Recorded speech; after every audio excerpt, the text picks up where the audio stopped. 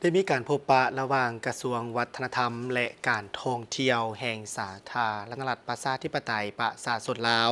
และกระทรวงวัฒนธรรมกีฬาและการท่องเที่ยวของสาธารณรัฐสังคมนิยมเวียดนาม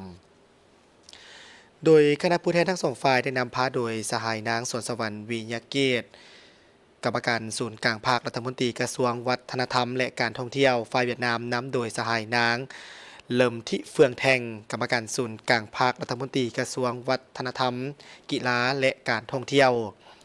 สหายนางสวนสวรรค์วิญญาเกตได้กล่าวว่า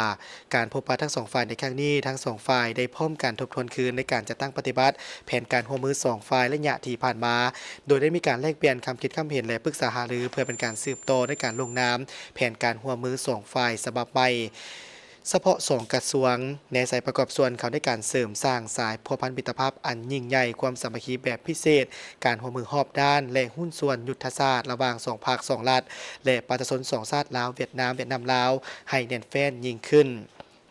สหายนางสวนสวรรค์วิญญาเกตยังได้แสดงความเสื่อมั่นว่า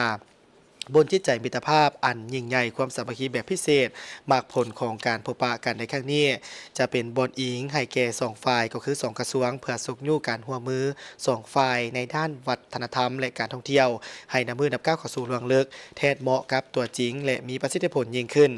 ส่วนสหายนางเหลิมที่เฟืองแทงก็ได้ตีราคาสูงต่อการหัวมืออันมีประสิทธิผลระหว่างกระทรวงวัฒนธรรมกีฬาและการท่องเที่ยวเวียดนามและกระทรวงวัฒนธรรมและการท่องเที่ยวของลาวในหลายปีที่ผ่านมาซึ่งทั้งสองฝ่ายได้มีการประสานสมทบอย่างตั้งหน้าในหลายกิจกรรม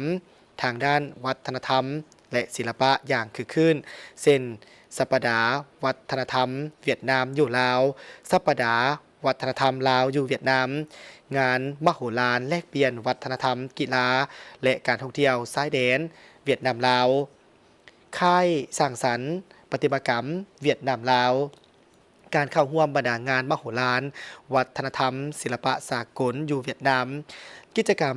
ด้านวัฒนธรรมและศิลปะดังกล่าวนี้เป็นการประกอบส่วนอย่างตั้งหน้าเขาได้การเสริมขยายสายพัวพันมิตรภาพอันยิ่งใหญ่ความสามัคคีแบบพิเศษการร่วมมือรอบด้านและหุ้นส่วนยุทธศาสตร์ระหว่างเวียดนามลาวให้แน่นแฟ้นยิ่งขึ้นในโอกาสดังกล่าวนี้กระทรวงวัฒนธรรมและการท่องเที่ยว